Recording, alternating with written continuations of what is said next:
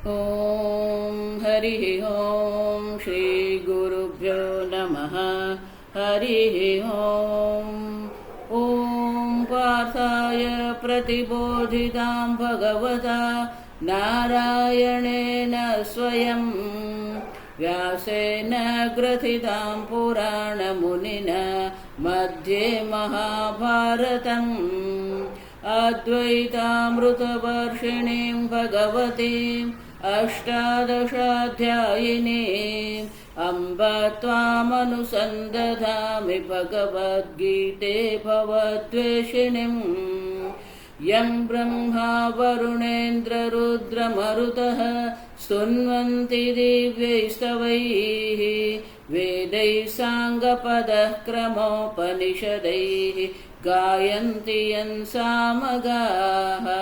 ध्यानावस्थिततद्गतेन मनसा पश्यन्ति यं योगिनः यस्यान्तन्न विदुः सुरगणाः देवाय तस्मै नमः। ॐ सहनाववतु सहनौ भुनक्तु सह वीर्यं करवावहै तेजस्विनावधीतमस्तु मा विद्विषावहै। ॐ शान्ति शान्ति शान्तिः। श्लोक नंबर 7। अमानित्वमदम्भित्वम् अहिंसा क्षान्तिरार्जवम् आचार्योपासनं शौचं स्थैर्यमात्मविनिग्रहः। अमानित्वम् अदम्भित्वम्। अमानित्व कोने कहेवाय? शंकराचार्य जी खूब सुंदर व्याख्या के मानिनः भावः मानित्वम्।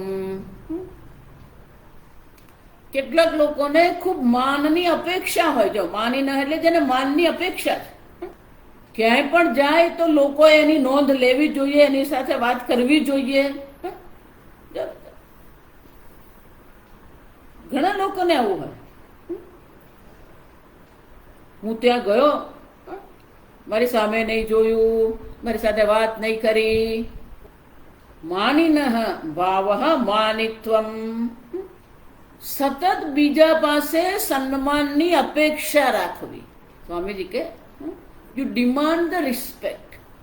તો દુઃખિત થવાના. લોકો આપણું સન્માન કરે એવી આપણે અપેક્ષા રાખીએ, આપણે દુઃખી જ થઈએ.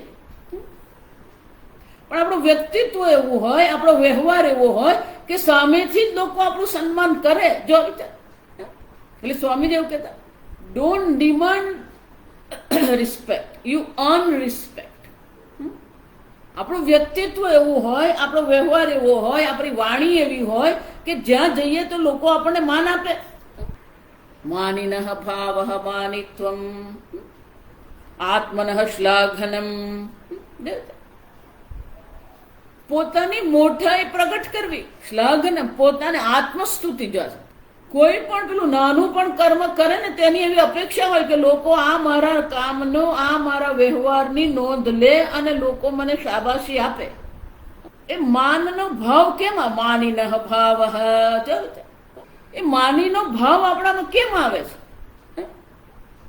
કે આપણે પોતે જ આપણા પોતાનો સન્માન કરતા નથી. જો સમજો, સેલ્ફ રિસ્પેક્ટ જેને આપણે કહીએ, આપણામાં જ આત્મસન્માન નહીં હોય, આપણે પોતે જ પોતાનું સન્માન નથી કરી શકતા. જો સમજ. એટલા માટે ભગવાનના બીજા અધ્યાયનું જે આ વાક્ય જે છે ને, કર્મણ્યેવ તવ અધિકારઃ. જો મા ફલેષુ કદાચન. પથ્થરની લકીર જેવું વાક્ય છે. જો કર્મ કરવાની તમને સ્વતંત્રતા છે, પણ એ સ્વતંત્રતા છે એનો અર્થ એવો નથી કે તમે મન ફાવે એમ જીવો, મન ફાવે એમ ખાઓ, મન ફાવે એમ જાઓ, મન ફાવે એમ બોલો. કેટલાક લોકોની આદત એવી, પેલું બોલ્યા જ કરે. પોતાનું ધારેલું નહીં થયું પોતાની અપેક્ષા પ્રમાણે નહીં થયું, પછી જે પેલો બોલવાનું શરૂ કરે, આ બધું બતાવે પેલો અંદર આત્મસન્માન નથી, ક્યાંક ને ક્યાંક આત્માનો અસ્વીકાર છે. જો વિચાર, અને આત્માનો અસ્વીકાર કેમ છે જો આ સમજો બરાબર. બે કારણ છે એના આત્માના અસ્વીકારના અથવા આત્મા પ્રત્યે સન્માન ન હોવા માટેના બે કારણો છે. આ સંપૂર્ણ 20 મૂલ્યો તમે જોશો ને, એ તમારું માનસિકતા છે. ભગવાન તમારી માનસિકતા પ્રગટ કરે છે કે આવા પ્રકારની તમારી માનસિકતા છે તો તમને બ્રહ્મજ્ઞાન નહીં થઈ શકે. માનિત્વમ, જો વિચાર કેમ આપણે કરીએ છીએ, ક્યાંક ને ક્યાંક જો વિચાર, ક્યાંક ને ક્યાંક એ કર્મની સ્વતંત્રતાનો દુરુપયોગ આપણે કરીએ છીએ. કર્યો જ છે નહીં, કરીએ છીએ આપણે. જેટલો તમે આ કર્મની સ્વતંત્રતાનો દુરુપયોગ કરો એટલું જ તમારું સન્માન ઓછું થતું જાય. લોકોને નથી ખબર તમે શું કરી રહ્યા, લોકોને નથી ખબર તમે જૂઠું બોલી રહ્યા, લોકોને નથી ખબર તમે કપટ કરી રહ્યા, લોકોને નથી ખબર, પણ તમને તો ખબર છે ને તમે શું કરી રહ્યા છો. કે જ્યાં કર્મની સ્વતંત્રતા છે ત્યાં યોગ્ય અને અયોગ્ય, ધર્મ અને અધર્મનું જ્ઞાન છે જ. પ્રત્યેક મનુષ્યની બુદ્ધિમાં ધર્મ અને અધર્મનું જ્ઞાન છે જ. એટલે જેટલી વાર આપણે અધર્મ કરીએ છીએ એટલી જ વાર આપણે આત્મસન્માન ગુમાવતા જઈએ છીએ. આપણે પોતાનું સન્માન નહીં કરી શકીએ. કેમ? હું જૂઠું બોલવા વાળો છું, હું કપટ કરવા વાળો છું, છુપાવવા વાળો છું, અયોગ્ય કર્મ કરવા વાળો છું. જેટલી વાર તમે ક્રોધ કરો છો એટલી વાર તમે શું કરી રહ્યા છો? હિંસા કરી આગળ આવશે. ના, નહીં તો મારા સ્વભાવમાં છે. બદલો સ્વભાવ. પહેલું કારણ એ છે આત્મસન્માનના અભાવનું કારણ એ છે કે આપણે પોતે જ ક્યાંક ને ક્યાંક અધર્મ કરી રહ્યા છે. બીજું કારણ છે આપણે બાળપણમાં આપણા માતા પિતા પણ જે છે સતત આપણે શું કરે, જો હું તો હંમેશા કહું છું, જે લોકોના નાના બાળકો છે હંમેશા માતા પિતાને કહું કે તમે તમારા વ્યવહાર, તમારા વાણી પ્રત્યે થોડા સાવધાન રહો. તમે બાળકને સતત જો વિચારો, તમે જ વિચારો કે દિવસના 12 કલાકમાં એ બાળકને તમે કેટલી વાર ના પાડો છો. કઈ પણ પેલું બાળક કરવાનું કે ને, મમ્મી હું ચોકલેટ ખાઉં, નહીં તમને નથી ખાવાનું, મમ્મી હું રમવા જાઉં, હમણાં રમવાનું નથી. સતત આપણે એ જે કંઈક, જો એવું નથી કહેતી કે એટલે બધું કેમ કરવાનું, નહીં. જ્યારે તમે એને ના પાડો છો તો ના પાડવા પ્રત્યેનો કારણ તમે દર્શાવો. રિજેક્શન એને કહેવાય. જાવ, એટલે બાળપણથી જ આપણે આ બધું જોતા આવ્યા. સતત આપણે આ રિજેક્શન, અસ્વીકારનો અનુભવ કરીએ આપણે. બીજું, આપણા નિર્ણયને વિરોધ કરવામાં આવે એટલે આપણા નિર્ણય પ્રત્યે જ આપણને કોઈ સન્માન રહેતું જ નથી. પિતાનો ક્રોધ, જો આવે ત્યારે માતાની ના, આ બધું પણ આપણા મનમાં શું કરે છે? આત્મસન્માન આપણે ગુમાવીએ છીએ. કોઈ પ્રકારે આપણે આત્મસન્માન રહેતું જ નથી. આપણું પ્રારબ્ધનો પણ અસ્વીકાર છે. આગળ અનેક વાર આપણે જોઈ કે લોકો પોતાના પ્રારબ્ધને સ્વીકારી શકતા જ નથી. મારો જન્મ આ કુળમાં કેમ થયો, મારો જન્મ અહીંયા કેમ થયો, મારા માતા પિતા આવા કેમ છે, મારો ભાઈ આવા.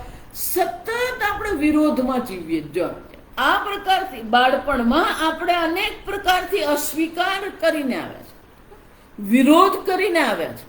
અને એટલે પેલું આત્મસન્માન રહેતું જ નથી આપણા મનમાં. અને જ્યારે આત્મસન્માન નહીં હોય તો પેલું બહારથી આપણે માનની અપેક્ષા રાખીએ. સતત એવી અપેક્ષા રાખીએ કે દરેક વ્યક્તિ મારી સાથે આ પ્રકારનો વ્યવહાર કરવો જોઈએ. આમ માનસિક રીતે જ આપણે પોતાનો વિરોધ કરી રહ્યા છે. અને એટલા માટે માનિત્વ આપણામાં છે. એટલે ભગવાન કહે છે અમાનિત્વમ આત્મન શ્લાઘનમ તદ અભાવ અમાનિત્વમ. લોકો પોતાની આપણી પ્રશંસા કરે, બીજાની સામે આપણે મોટા આપણી બતાવીએ. આપણું જીવન જ એવું હોય, આપણું વ્યક્તિત્વ એવું હોય કે લોકો આપણને સન્માન આપે જ. જો વિચારી જોજો,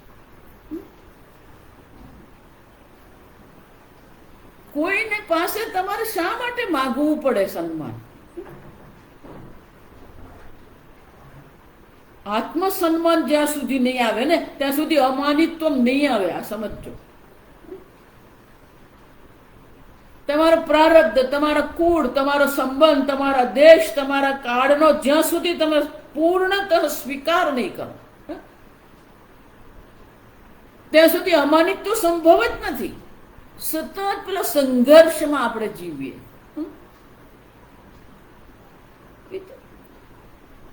આંતરિક રીતે એટલો બધો સંઘર્ષ આપણી અંદર છે. એ સંઘર્ષથી આપણું મન મુક્ત જ નથી બનતું. પેલી મૂળભૂત સમસ્યા તો છે જ, હું મર્ત્ય છું, હું દુઃખી છું, હું અજ્ઞાની છું, એ તો પેલું પડેલું જ છે. પણ અહીંયા પણ શું છે, માનસિક રીતે પણ જોઈએ તો શું છે? શા માટે આપણે દેહનો વિરોધ કરીએ? શા માટે આપણે માતા પિતાનો વિરોધ કરીએ? શા માટે આપણે માતા પિતાની અવગણના કરીએ? ભગવાન કોઈને કોઈ દુઃખ આપતો નથી. આપણા પ્રારબ્ધ જે છે એ આપણા પ્રારબ્ધ જે છે એ પ્રારબ્ધના કર્મ જે છે આપણે જ પૂર્વજન્મમાં કરેલા છે. તો એ જે કર્મ આપણે આગળ કર્યા છે, જે કર્મને કારણે આપણા જીવનમાં પ્રારબ્ધ છે, તો એનો આપણે જવાબદારી લઈએ.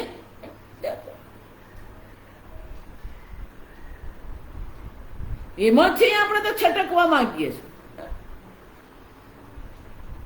ભગવાન આવું કેમ કર્યું? ભગવાન કઈ કરતો નથી. તમે જેવા કર્મ કરીને આવ્યા કે તમારી સાથે આવું કઈક બની રહ્યું છે.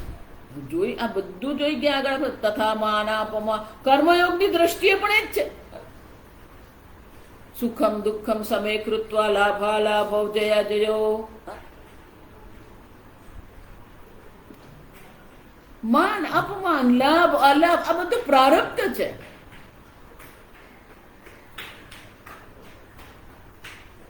આપણે જ કર્મ છે. તો આપણે જવાબદારી લઈએ. બીજા પર દોષારોપણ કરવાની જરૂર નથી. આપણે હંમેશા બીજા પર દોષારોપણ જ કરતા. આને કારણે આવું થયું. અન્ય પાસે કોઈ પણ પ્રકારે માન સન્માનની અપેક્ષાની આવશ્યકતા નથી. જો અપેક્ષા નથી, પેલી અપેક્ષાની આવશ્યકતા આપણને પડતી જ નથી. આપણા વ્યક્તિત્વને આપણે સ્વીકારીએ, આપણા પ્રારબ્ધને આપણે સ્વીકારીએ. બાળપણથી માતા પિતા એવા પ્રકારનું વર્તન બાળકો સાથે કરે કે પેલું બાળકમાં આત્મસન્માન જન્મે જ નહીં. અને કેટલાક એનાથી વિરુદ્ધ એટલું બધું લાડપાડ કરાવે, એટલું બધું લાલન પાલન કરે, પેલો બગડી જાય. જો ડિમાન્ડિંગ થઈ જાય, સતત માંગતો રહે, આમ કરો, આમ કરો, આમ નહીં કરે તો આમ કરીશ. ચાલ, એક સ્વસ્થ બાળક આપણે ઉત્પન્ન કરવાનું છે.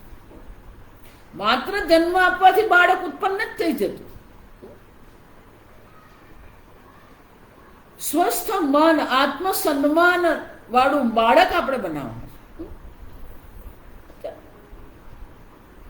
આત્મ પ્રશંસા કરનાર નહીં, આત્મસંજો. આત્મ પ્રશંસા અને આત્મસન્માનમાં ઘણો ફરક છે. એટલા માટે અત્યારે આ નવી જે શિક્ષણ પદ્ધતિ આવી એમાં પહેલી વસ્તુ કઈ છે, એક સ્વસ્થ બાળક આપણે બનાવી શકીએ કે નહીં.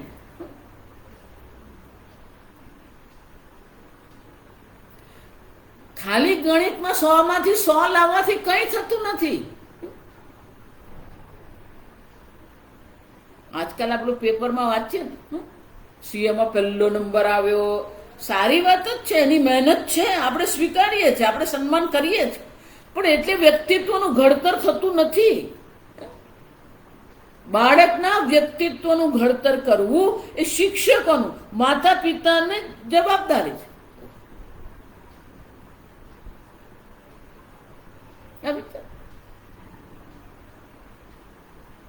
અમાનિત્વમ એવું શ્રેષ્ઠ વ્યક્તિત્વનું ઘડતર આપણે કરીએ.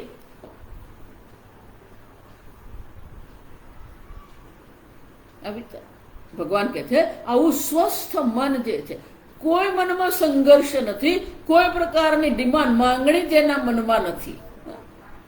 અપેક્ષા નિરપેક્ષા આપણે જોઈ ગયા, અપેક્ષા રહિત.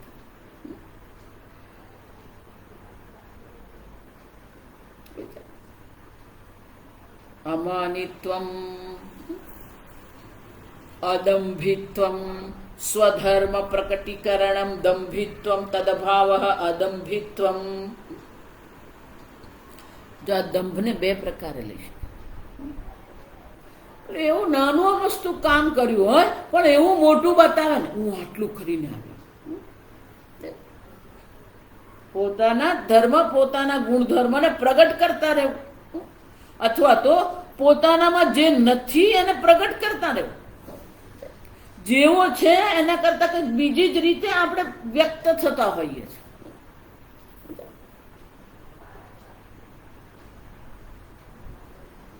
જેવા છે એવા આપણે વ્યક્ત થઈ શકતા નથી. જો આ સમજો, દંભિત્વ ને કહેવાય.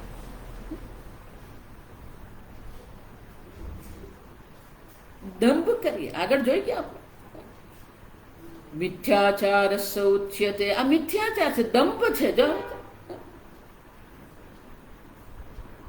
જેવા છે એવા પ્રગટ થતા નથી, અને જેવા નથી એવા આપણે પોતાને બતાવવાનો પ્રયત્ન કરીએ છીએ.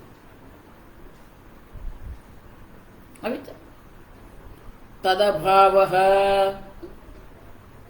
જો આ બધા નકારાત્મક જ છે. અમાનિત્વમ, અદંભિત્વમ, અહિંસા, એનો અર્થ શું છે? આ બધાની શક્યતા છે. માનિત્વની શક્યતા છે, દંભિત્વની શક્યતા છે, અહિંસાની શક્યતા છે. પણ એ બધાને આપણે ટાળવાનો પ્રયત્ન કરીએ, એ બધાથી આપણે છૂટવાનો પ્રયત્ન કરીએ.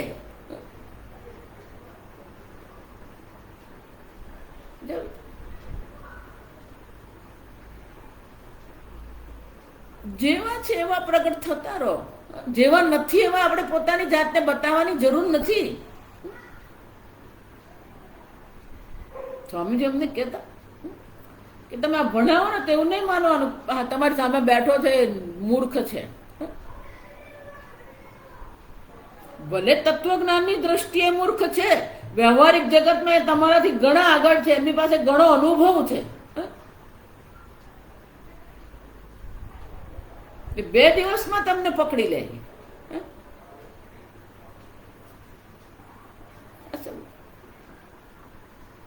એટલે ઘણી વાર લોકો જયારે કઈ કહે ને તો એ ખરેખર 100% ખોટું નથી હોતું. ક્યાંક ને ક્યાંક એમાં પણ કઈ સત્યતા હોય છે.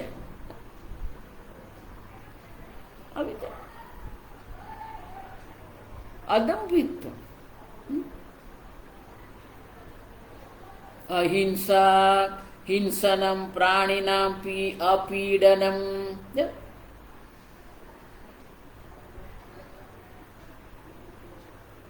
કોઈ પણ પ્રાણીને કોઈ પણ પ્રકારે કોઈ પીડા પહોંચાડવાની જ નથી. પણ આપણે જીવન ત્યારે જીવી રહ્યા છે,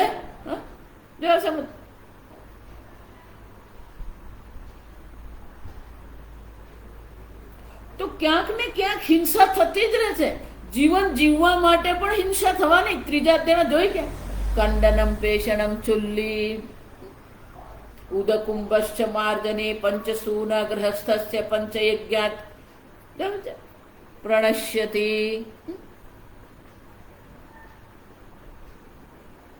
મનુસ્મૃતિ કે આ 5 પ્રકારના પાપ આપણે જીવન જીવવા માટે આ 5 પ્રકારના પાપ કરતા જ રહીએ છીએ.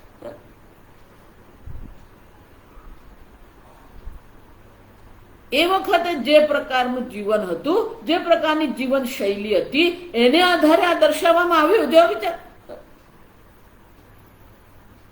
કંડનમ, ખાંડવું. જો આ વિચાર, અનાજ ખાંડીએ, પેષણમ, પેલી ચટણી બનાવીએ, ચૂલ્લી, ચૂલો સળગાવીએ, ઉદકુંભશ છે, પાણી ભરીએ, માર્જનમ, ઘરની સફાઈ કરીએ. જો વિચાર, ના સમજો આમાંનું કઈ કરતો જ નથી. આ તો બધું મમ્મી કરતી હોય, હું તો કઈ કરતો જ નથી. તું નથી કરતો પણ તારા માટે સફાઈ તો કરે ને.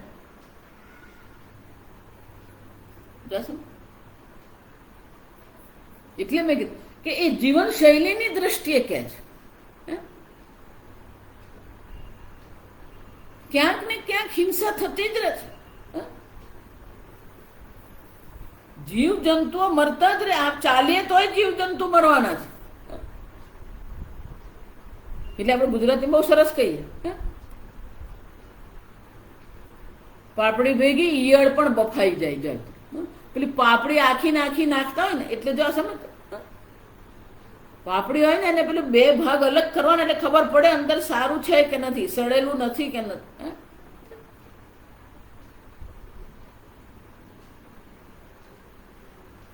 પેલું બજારમાં આપણે લાવીએ ને, શું લાવે પેલું માટલામાં ઉબાડ્યું,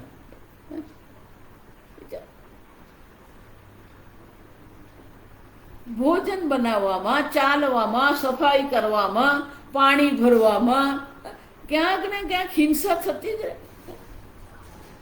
ચૂલો સળગાવીએ તો લાકડામાં ક્યાંક ને ક્યાંક પેલી ઉધઈ હોય, કોઈ જીવાત હોય અંદર, શક્યતા છે.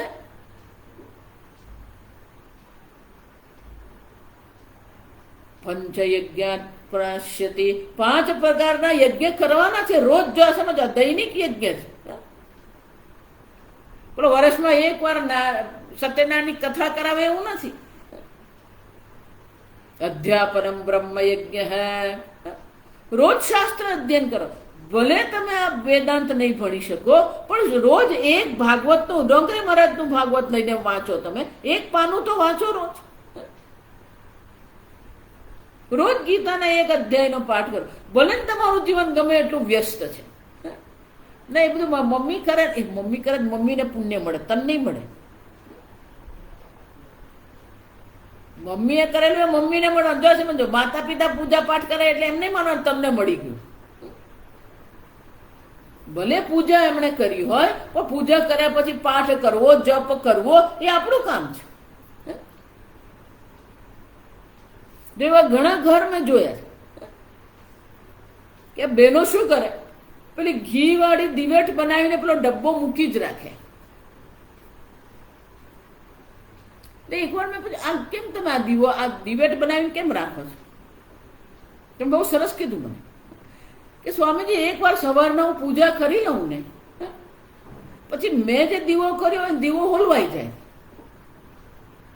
પછી એ જપ કરવા બેસે ને ત્યારે પેલા દિવેટ લઈને મૂકી દે અને પછી થોડું ઘી મૂકી દે એટલે પછી એમને સરળતા રહે. પેલી દિવેટ બનાવવાની, દિવેટ ઘી વાળી કરવી ને. એટલે જયારે વ્યક્તિ પેલું પૂજા પાઠ તો થઈ ગયા હોય, જપ કરવા બેસે પેલો અગ્નિ કોણ છે? સાક્ષી, કર્મ સાક્ષી છે.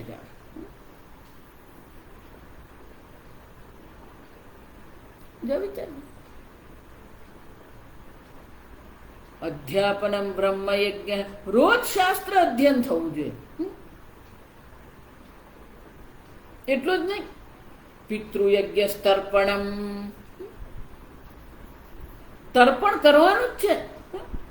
જો પિતૃયજ્ઞ લેવું નહીં, મતલબ માતા પિતા મરી જાય પછી હું દાન કરું, ગોદાન કરું, તર્પણ કરું, નહીં. જયારે માતા પિતા જીવન છે તો સેવા કરો. આપણે એમની વાત સેવા લેતા હોઈએ. વિચાર, ઘરમાં દાદા દાદી છે, ઘરમાં માતા પિતા છે, એમની સેવા કરવાની છે. આ પિતૃયજ્ઞ છે, સમજ. એમને મરી ગયા પછી કરવાનું. એક ભાઈ મને, માતાજી અત્યારે મને પિતૃયજ્ઞની જરૂર નથી. કેમ? કદી મારા પપ્પા જીવે છે. એટલે જીવે છે સેવા કરે પણ પિતૃયજ્ઞ છે. ફક્ત તર્પણ કરવું જ પિતૃયજ્ઞ નથી.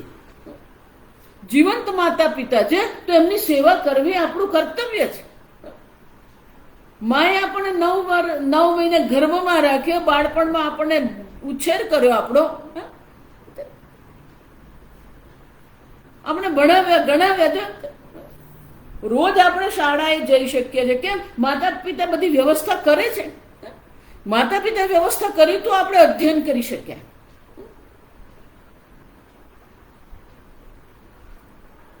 હું હંમેશા કોઈ પણ દીકરીના લગ્ન થાય ને તો પહેલી વસ્તુ એને કહું, આપણે ગુજરાતી દેશી ભાષામાં કહીએ ને તો આ માતા પિતા એનો તૈયાર 25 વર્ષનો માલ તને આપે છે. એ એમ નથી 25 વર્ષનો થઈ ગયો, એ એમને ડોક્ટર નથી બની ગયો. આ માતા પિતાનો એમાં ઘણી બધી આહુતિ છે. એમને કારણે જ આ તને 25 વર્ષનો તૈયાર મળે. લગ્ન થાય એટલે જ કે આપણે જુદા રહે, માતા પિતા સાથે હું નહીં રહું. જો વિચારો, આ કયા પ્રકારની વિચારસરણી છે? જે માતા પિતાએ તમને ભણાવ્યા ગણાવ્યા મોટા કર્યા ડોક્ટર બનાવ્યા એન્જિનિયર બનાવ્યા એ જ માતા પિતાને તમે છોડી દેશો?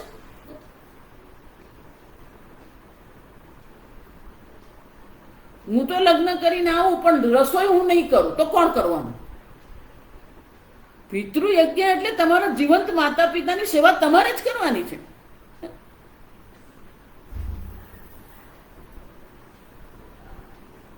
મરી ગયા પછી તર્પણ કર્યું, મરી ગયા પછી શ્રાદ્ધ કર્યું, મરી ગયા પછી ના ના અમે તો ગયા જઈ આવ્યા ત્યાં અસ્થિ વિસર્જન કર્યા. પણ જીવંત હતા ત્યારે શું કર્યું? તે એમણે આપણે ભોજન કરાવ્યું, આપણે હવે એમને ભોજન કરાવીએ. પિતૃયજ્ઞ. માતા પિતા, દાદા દાદી, આપણા વડીલો, પરિવારમાં કોઈ પણ વડીલો, કાકા કાકી હોઈ શકે. આ સમજો, વડીલોનું સન્માન કરવું, વડીલોની સેવા કરવી આપણું કર્તવ્ય છે.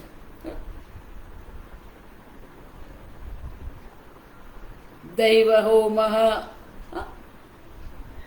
દેવયજ્ઞ, હોમ આહુતિ આપીએ, પૂજા. ભલે આપણે અગ્નિહોત્ર કર્મ નહીં કરીએ પણ રોજ સવારે ભગવાનની પૂજા તો કરીએ આપણે.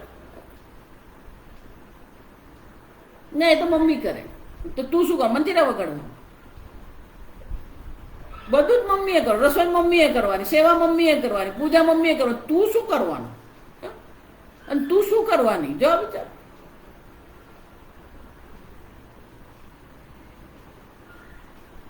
કાયિક પૂજા આપણે નહીં કરીએ, મમ્મીએ કરી દીધી, પણ આપણે પાઠ તો કરીએ, જપ તો કરીએ, ધ્યાન તો કરીએ.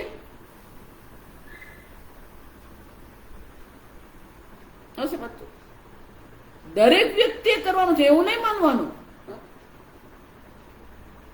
એટલે હંમેશા કહું, 3 વસ્તુ છે ને એ તમારે જ કરવી પડે. એ તમારે મને પ્રોક્સી કહેવાય અંગ્રેજી. તમારે બદલે પેલો બીજો કરે એવું શક્ય જ નથી. પહેલી વસ્તુ, તમને ભૂખ લાગે તો ભોજન તમારે જ કરવું પડે, પણ બીજો ભોજન કરે ને તમારું પેટ નહીં ભરાઈ જાય. ભોજન તમારે જ કરવું પડે. લગ્ન કરવા, એ લગ્ન તમારે જ કરવા પડે. એમ નહીં ચાલ તું મારી જગ્યાએ લગ્ન કરી એમ નહીં. એ જ રીતે પૂજા પાઠ છે, જપ છે, આ બધું આપણે કરવાનું જ છે. કોઈ આપણી પાસે વિકલ્પ નથી. ગમે એટલી વ્યસ્તતા હોય પણ એક માળા તો કરો તમે. જે ભગવાન આપણા માટે આટલું બધું કરી રહ્યો છે, પ્રાણ, અપાન, સમાન, વ્યાન, જો પ્રાણ રૂપે ભગવાન. આ 15 મધ્યમાં આવશે, અહમ વૈશ્વાનરો ભૂત્વા પ્રાણીનામ દેહમાશ્રિતઃ પચામિ અન્નમ ચતુર્વિધમ. આ ઉદરમાં વૈશ્વાનર રૂપે, સમાન વાયુ રૂપે હું પાચન કરી રહ્યો છું.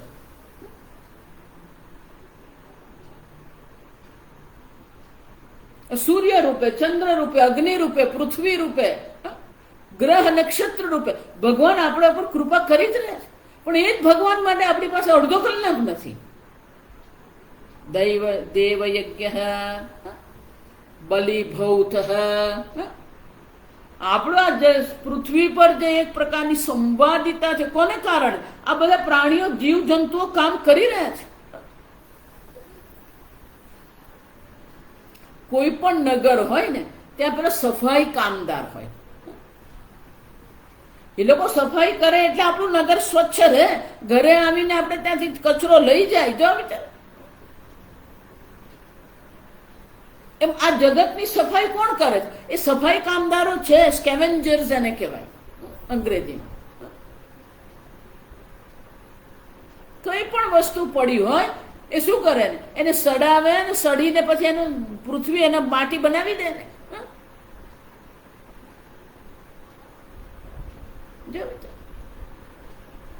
એમ આ પ્રકૃતિમાં પણ સફાઈ કામદારો છે, ભૂતો છે. આ સમજો, ઉંદર કહીએ તમે, ભલે તમને માખી ગમતી નથી, ભલે તમને મચ્છર ગમતું નથી, ભલે તમને ઉંદર ગમતો નથી, પણ એ બધું સફાઈ કામ કરે છે. એમને પણ આપણે શું કરવાનું? જો આ પહેલા આ નિયમ હતો, ઘરમાં પેલો રોટલો બને કે રોટલી બને એટલે પેલો એક કૂતરા માટે, એક ગાય માટે હવે એવું સંભવ નથી. તો તમે પાંજરાપોળમાં આપો. અનેક પ્રકારના ગાય માતાઓ પ્રાણીઓને રાખવામાં આવે છે. ગોશાળા છે, પાંજરાપોળ છે, ત્યાં જઈને તમે જે કોઈ કમાણી કરી છે એમાંથી તમે થોડોક 1%, 2% ત્યાં આપો. ભૂત યજ્ઞ, અતિથિ પૂજનમ નૃયજ્ઞ. અન્ય મનુષ્યને પણ જે કોઈ, એવું નથી કે પેલો અતિથિની જ ખાલી મહેમાનની જ આપણે પૂજા કરવાની છે, એમ નથી. તમારી આસપાસ જે મનુષ્યો છે અને એમને જે પ્રકારની આવશ્યકતા છે એ પ્રકારે તમે સેવા કરો. કોઈ માંદું પડી ગયો એને હોસ્પિટલ લઈ જાઓ, કોઈ માંદું પડી ગયો એને દવા લાવી આપો.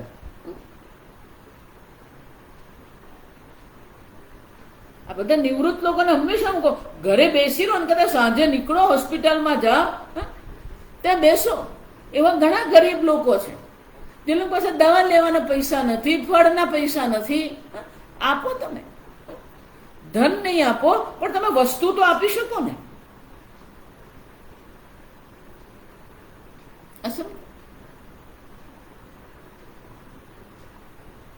બેંગ્લોરમાં અને ચેન્નાઈમાં એવા યુવાનો છે જાસન, એ લોકો પોતાના ખાલી સમયમાં શું કરે કે આ બધા ફોર્મ ભરવાના હોય ને તો બધા ઘણા બધા ગરીબ લોકોની ફોર્મ કેમ ભરવું બિચારાને ખબર નથી. આધાર કાર્ડનું ફોર્મ ભરવાનું હોય, જાત જાતના ફોર્મ ભરવાના હોય સરકારનું. તો એ લોકો શું કરે, જ્યાં આ બધું કરવાનું હોય ત્યાં એ લોકો જાય અને જે લોકોને કંઈક સમજ નહીં પડતી હોય એ લોકોને ફોર્મ ભરી આપે.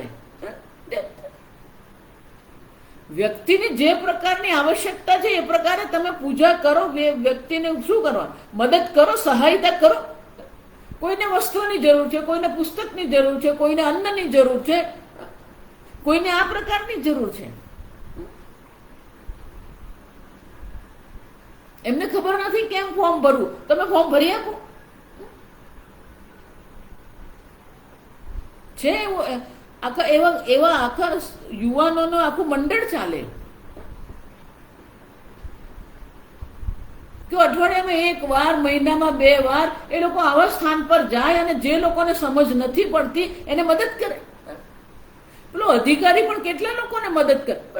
100 લોકો ઊભા હોય અને એની પાસે 8 કલાકનું કામ છે, એ અધિકારી કેટલી મદદ કરવાનો.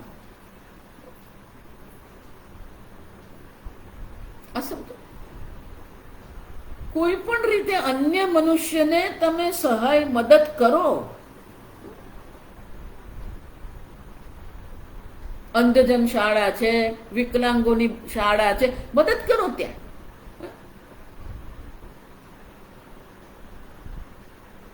જેમણે બહુ સુંદર આવ્યું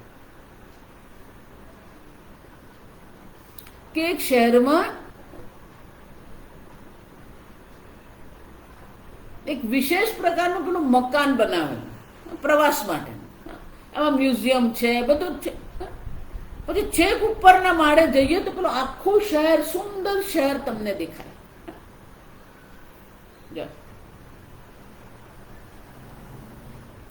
તો ત્યાં જે એક કર્મચારી કામ કરતો હતો, ઓફિસર, ભણેલો ગમે, તો એને જોયું કે ક્યારેક ક્યારેક પેલા પરિવાર આવતા હોય એમાં કોઈક વ્યક્તિ અંધ હોય, તો એ જયારે ઉપર જાય તો એને આ સંપૂર્ણ જે જગત દેખાઈ રહ્યું છે, સંપૂર્ણ શહેર દેખાઈ રહ્યું છે, પણ કેવું દેખાય છે એને પોતાને નથી ખબર.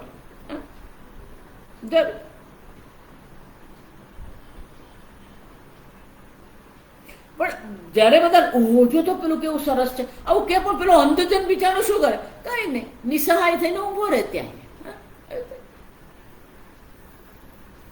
આ જે ઓફિસર જે ત્યાં કામ કરે એને બહુ ખરાબ લાગ્યું કે આ કેવું છે. એટલે એને શું કર્યું કે ઉપર જે પેલી બાલ્કની હતી અને બાલ્કની પર જે ગ્રીલ હોય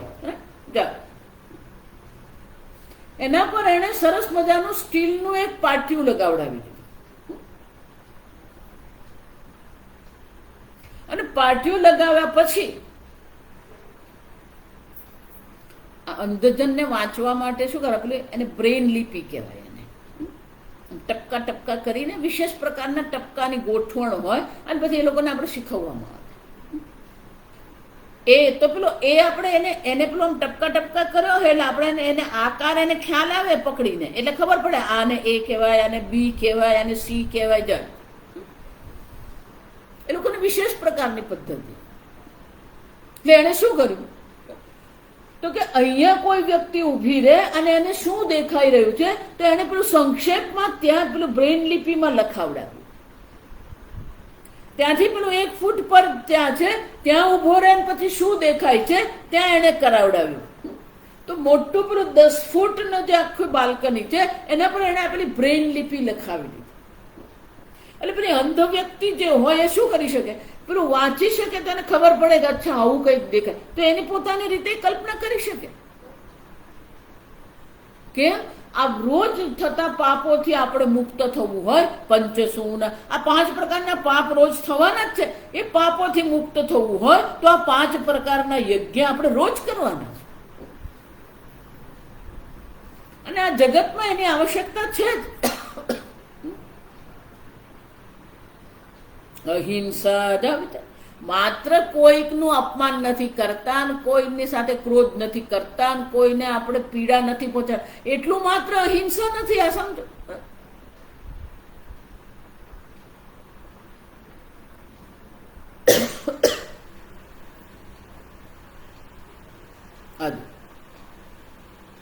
બીજું અહિંસા એટલે શું? ઓછામાં ઓછી હિંસાથી આપણે જીવન જીવીએ, પણ એક જીવનની વાસ્તવિકતા એ પણ છે કોઈ પણ ભોગ હિંસા વગરનો નથી. પ્રત્યેક ભોગમાં ક્યાંક ને ક્યાંક હિંસા થાય જ છે. જો એટલે પરદેશના એક ઉદ્યોગપતિ બહુ સરસ કહી ગયા, there is a crime behind every good fortune. તમે અન્યના ભોગે જ ધનવાન બની શકો, તમે અન્યના ભોગે જ આ બધું કરી શકો. તમારો જેટલો ભોગ છે, વૈભવ જે છે, એની પાછળ ક્યાંક ને ક્યાંક કોઈકનું બલિદાન છે, ક્યાંક ને ક્યાંક કોઈકની જરૂરિયાત પૂરી થતી નથી.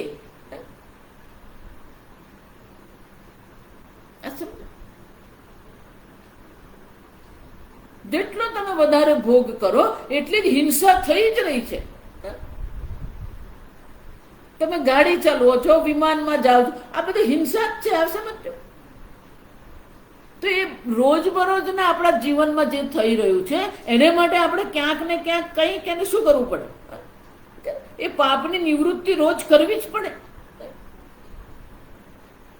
જો એટલે મેં કીધું શ્લોકમાં તો તે વખતની જીવન શૈલી પ્રમાણે દર્શાવ્યું કે તમે પાણી ભરો કે સફાઈ કરો, પણ અત્યારે પણ શું છે,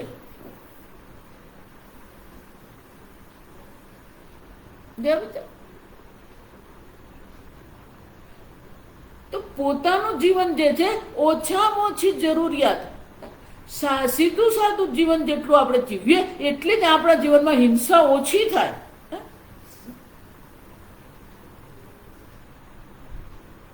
પણ એ કરવું હોય તો શું કરવું પડે? ત્યાગ અને તપશ્ચર્યાની જરૂર પડે. ઓછામાં ઓછી હિંસાથી તમારે જીવન જીવવું હોય તો ત્યાગ અને તપશ્ચર્યા આવશ્યક છે. તમે કેટલું જતું કરી શકો, કેટલા તપશ્ચર્યા એટલે કેટલા ભોગ વગર તમે રહી શકો. કેટલાક લોકોને એવી આદત, નવરો પડે એટલે ખાતો રહે, ખા કર્યા જ. આ માનસિક અસંતુલન છે. આ સમજો. આવશ્યકતા કરતા વધારે ખાવું એ માનસિક રોગ છે.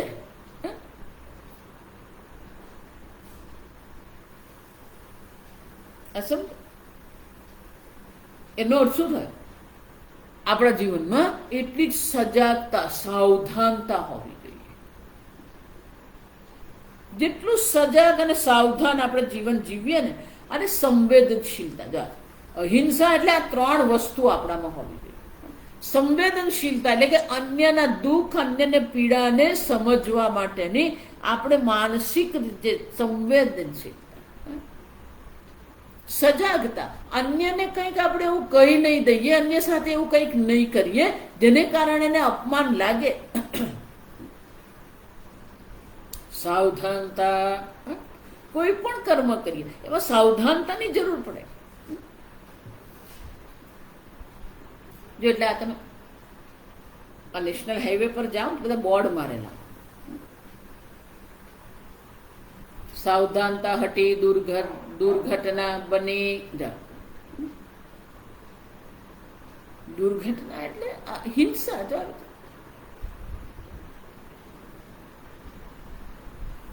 તમારું જીવન જો સાવધાન है वही साधक है. સાવધાનતા, સજાગતા, સંવેદનશીલતા જોઈએ તો જ પેલી અહિંસા શક્ય.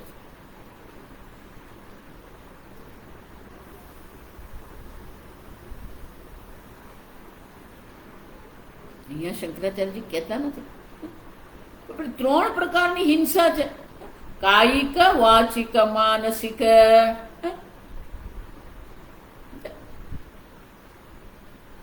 અન્યને તાડન કરવું, મારવું, જો શારીરિક હિંસા. વાચિક હિંસા, અન્યને અપમાનિત કરવું, અન્ય પર ક્રોધ કરવો, ગમે તેમ બોલવું. માનસિક રીતે અન્યનો આપણે શું કરીએ, કઈ ખોટું ઈચ્છીએ, અન્ય માટે આપણે કોઈ ખોટો વિચાર કરીએ, દુર્ભાવ કેળવીએ આપણે. અહિંસા. ત્રણે ત્રણ, કાયિક, વાચિક, માનસિક. કોઈ પણ પ્રકારની હિંસા આપણા શરીરમાં, આપણે જીવનમાં નહીં હોય.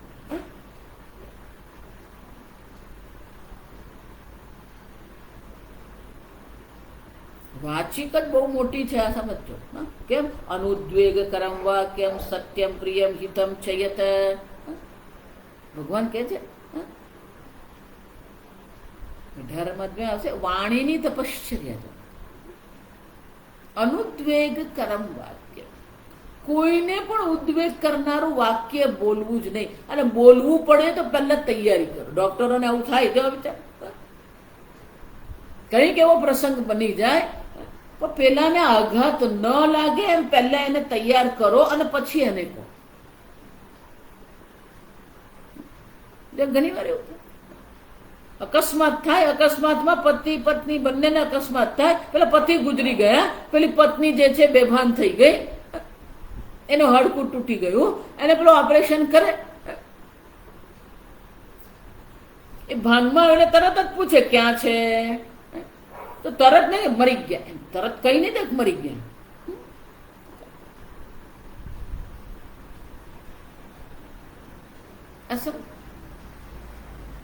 અનુદ્વેગ કરમ વાક્યમ સત્યમ પ્રિયમ હિતમ ચયત.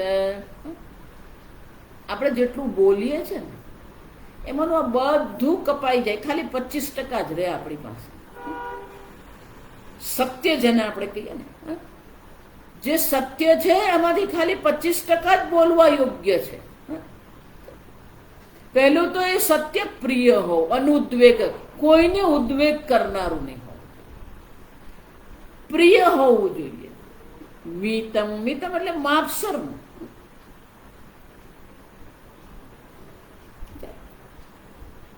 તો સત્ય બોલીએ આપણે, પણ સમજી વિચારીને બોલીએ. આ વાણીની હિંસા અટકાવવા માટે છે આ વિચાર.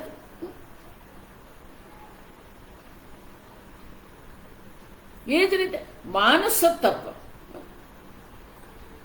જો આપણી પ્રાર્થના એ જ છે, સર્વે ભવન્તુ સુખિનઃ, સર્વે સંતુ નિરામયાઃ, સર્વે ભદ્રાણિ પશ્યન્તુ, મા કશ્ચિત દુઃખ ભાગ ભવે. કોઈના જીવનમાં કોઈ પ્રકારથી દુઃખ નહીં આવે, સર્વ સુખી શાંતિથી રહે. સર્વેષાં શાંતિર્ભવતુ, સર્વેષાં સ્વસ્તિર્ભવતુ. વાણી અને માનસિક અહિંસા છે. સર્વનું કલ્યાણ આપણે ઈચ્છીએ, પ્રાર્થના કરી. કંઈ જ નહીં કરી શકો તો વ્યક્તિ માટે તમે પ્રાર્થના તો કરી શકો ને. જો હમણાં જ આ પ્રસંગ બની ગયો, એકદમ યુવાન દીકરી, તો 4 રસ્તા પર એ લોકો જયારે રસ્તો આમ પસાર કરી રહ્યા હતા, તો પોલીસ વાળાની ગાડી આવીને એ લોકોની ગાડી સાથે અથડાઈ. એટલે જે દરવાજા પર ગાડી અથડાઈ ત્યાં જ આ દીકરી બેઠી હતી, અને એટલો જોરમાં ધક્કો લાગ્યો, એની પાછળી તૂટી ગઈ, બેભાન થઈ ગઈ.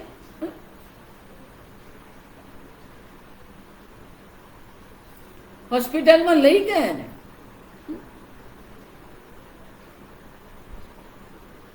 અનેક લોકો એને માટે પ્રાર્થના કરી. એને પરિવારજનોએ પેલું વોટ્સઅપ પર એક ગ્રુપ, કારણ કે બધા જ ફોન કરે, બધા જ ફોન કરીને પૂછે કેમ છે, શું છે. પરિવાર હોય, મિત્ર મંડળ હોય, સમાજ હોય, એના પણ મિત્રો હોય, એટલે પેલું વોટ્સએપ ગ્રુપ બનાવી દીધું. અને વોટ્સએપ ગ્રુપમાં રોજ સવારે પેલો સંદેશો મૂકે એની પરિસ્થિતિ કેવી છે.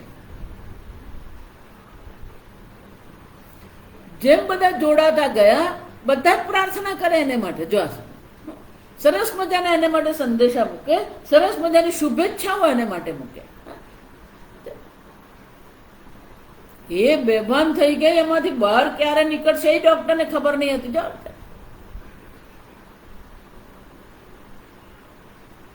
પછી તો પેલું ગ્રુપ જે હતું ને, પેલું 250, એક વોટ્સઅપ ગ્રુપમાં તમારાથી વધારે 250 થાય. પેલા બીજા ઘણા બધા પેલા નવા લોકો જોડાવા માંગતા હતા. એટલે કેવું પડ્યું કે એક જ પરિવારમાંથી એક જ વ્યક્તિ રાખો, બાકીના બધા નીકળો, તો પેલા બીજા લોકો પણ એમાં જોડાઈ શકે.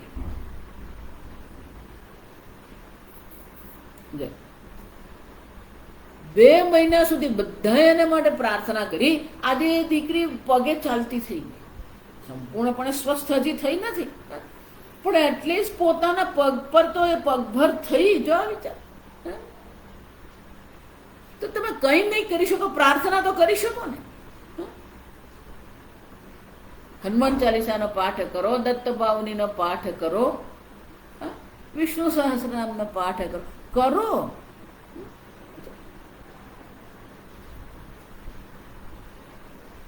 આ માનસિક તપશ્ચર્યા છે, આ વાણીની તપશ્ચર્યા.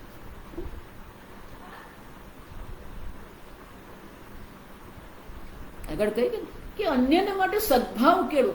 ભલે સામે વાળો ગમે હોય, પણ આપણે શું કહે, સર્વે ભવંતુ સુખીનઃ, ભગવાન એનું કલ્યાણ કરે. સદભાવ કેળવો તમારા મનમાં, સદવિચાર તમારા મનમાં રાખો.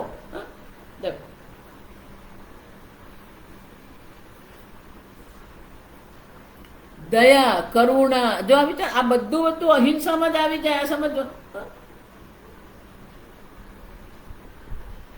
અને ધારો કે કોઈના પ્રત્યે આપણા મનમાં દ્વેષ ભાવ છે, પ્રતિપક્ષ ભાવ, અને બધું અહિંસા, પ્રતિપક્ષ ભાવના આપણે કહેવાય.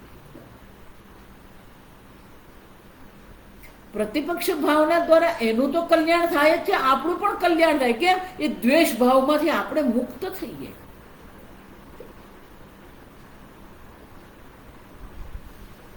માત્ર કોઈને પીડા ન પહોંચાડવું એમને, કયા કયા પ્રકારે આપણે પીડા પહોંચાડી શકીએ છીએ, એ બધા કરવાથી આપણે પોતાને અટકાવવું પડે.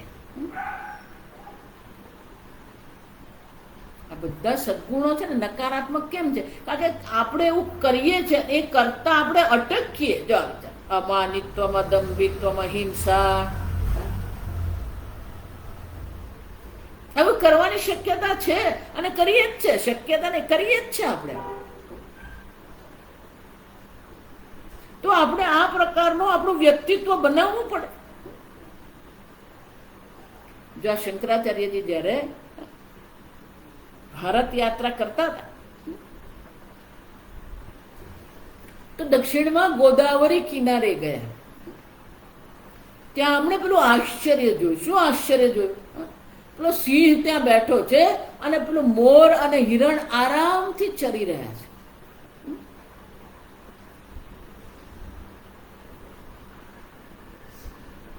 એ સંપૂર્ણ જે સ્થાન જે હતું ને, સર્વ પ્રાણીઓ જે છે બિલકુલ નિર્ભય થઈને ત્યાં રહેતા હતા, કોઈનો ભય એ લોકોને નથી. એટલે એમણે વિચાર કર્યો કે અહીંયા કોઈક એવા મહાત્મા થઈ ગયા હશે જેમની અહિંસામાં પ્રતિષ્ઠા હશે, જેને કારણે અહીંયા વાતાવરણ પણ અહિંસક વાતાવરણ. અને એટલે એમણે નિશ્ચય કર્યો અને ત્યાં જ આ દક્ષિણાયન દક્ષિણામનાય જે મઠ આપણો જે છે શ્રીંગેરી મઠ, અહિંસામાં આપણી પ્રતિષ્ઠા કરવી, એને માટે જ આ બધું કરવું જ પડે. આપણે કોઈ આસમે તો કોઈ વિકલ્પ નથી. અન્યને મદદ કરો, અન્યનું કલ્યાણ કરો, અન્ય માટે પ્રાર્થના કરો, માતા પિતાની સેવા કરો.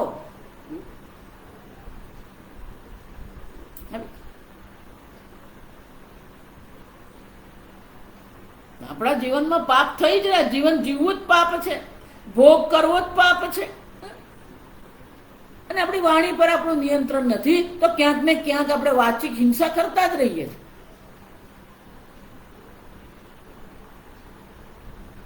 અને એટલા માટે અહિંસા આપણું વ્યક્તિત્વ એવું બની જાય, કોઈની હિંસા કરવાની આપણે આવશ્યકતા જ નથી. આ બધું આપણું જીવન છે. આમાંની કોઈ વસ્તુ તમારા માટે વિકલ્પ નથી. આ સમજો, આ કરું ને આ કરું નહીં, બધું જ કરવાનું. દેવતાની પૂજા કરવાની, માતા પિતાની સેવા કરવાની છે, શાસ્ત્ર અધ્યયન કરવાનું. આપણે વાણીમાં હિંસા નહીં જોઈએ, મનમાં હિંસા નહીં જોઈએ, અન્યને મદદ કરવાની પ્રયત્ન કરીએ. આપણે વાપી કૂપ તડાગાદી, ભગવાને તમને વધારે ધન આપ્યું છે તો એ સમાજ કલ્યાણ માટે વાપરો.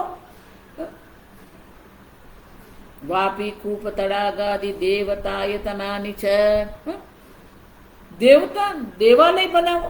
જે દેવાલય થઈ રહ્યું છે એને જીર્ણોદ્ધારની આવશ્યકતા છે તો કરો, એને સંચાલન માટે ધનની આવશ્યકતા છે તો આપો.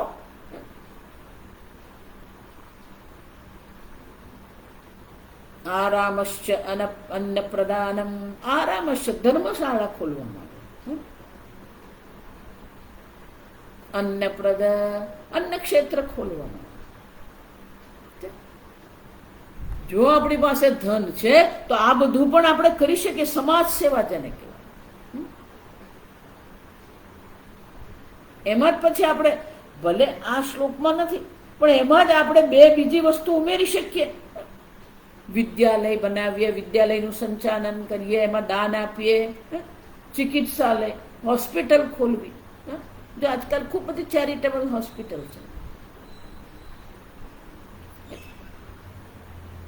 અન્ય પીડામાં જે વ્યક્તિ છે એને મદદરૂપ થવું એ પણ અહિંસા જ છે.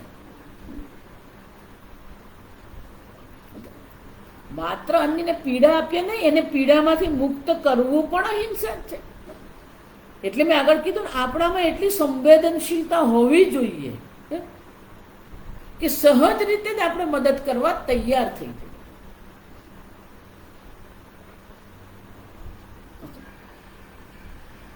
અહિંસા આપણું વ્યક્તિત્વ, અમાનિત્વમ અદંભિત્વમ અહિંસા આપણું વ્યક્તિત્વ છે. જો સમજો, આવું આપણે વ્યક્તિત્વ બનાવવું પડે તો પેલું બ્રહ્મ જ્ઞાન થાય. આ સમજો.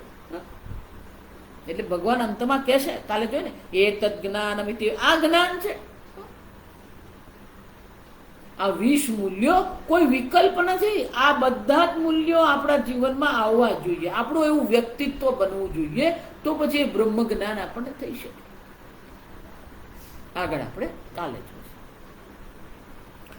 ઓમ સ્વસ્તિ પ્રજાભ્યઃ પરિપાલયન્તામ ન્યાયેન માર્ગેણ મહિં મહિષાઃ ગોબ્રાહ્મણેભ્યઃ શુભમસ્તુ નિત્યં લોકા સમસ્તા સુખિનો ભવન્તુ કાલે વર્ષતુ પર્જન્યઃ પૃથ્વી સસ્યશાલિની દેશોऽયં ક્ષોભરહિતઃ બ્રાહ્મણા સંતુ નિર્ભયાઃ ॐ सर्वेषां स्वस्तिर्भवतु, सर्वेषां शान्तिर्भवतु, सर्वेषां पूर्णं भवतु, सर्वेषां मङ्गलं भवतु, सर्वे भवन्तु सुखिनः, सर्वे सन्तु निरामयाः, सर्वे भद्राणि पश्यन्तु, मा कश्चित् दुःखभाग् भवेत्। असतो मा सद्गमय, तमसो मा ज्योतिर्गमय,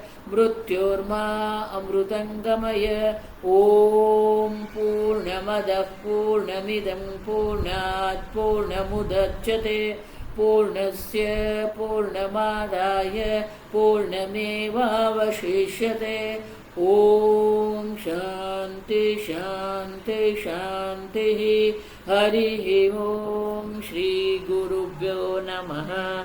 हरिः ॐ।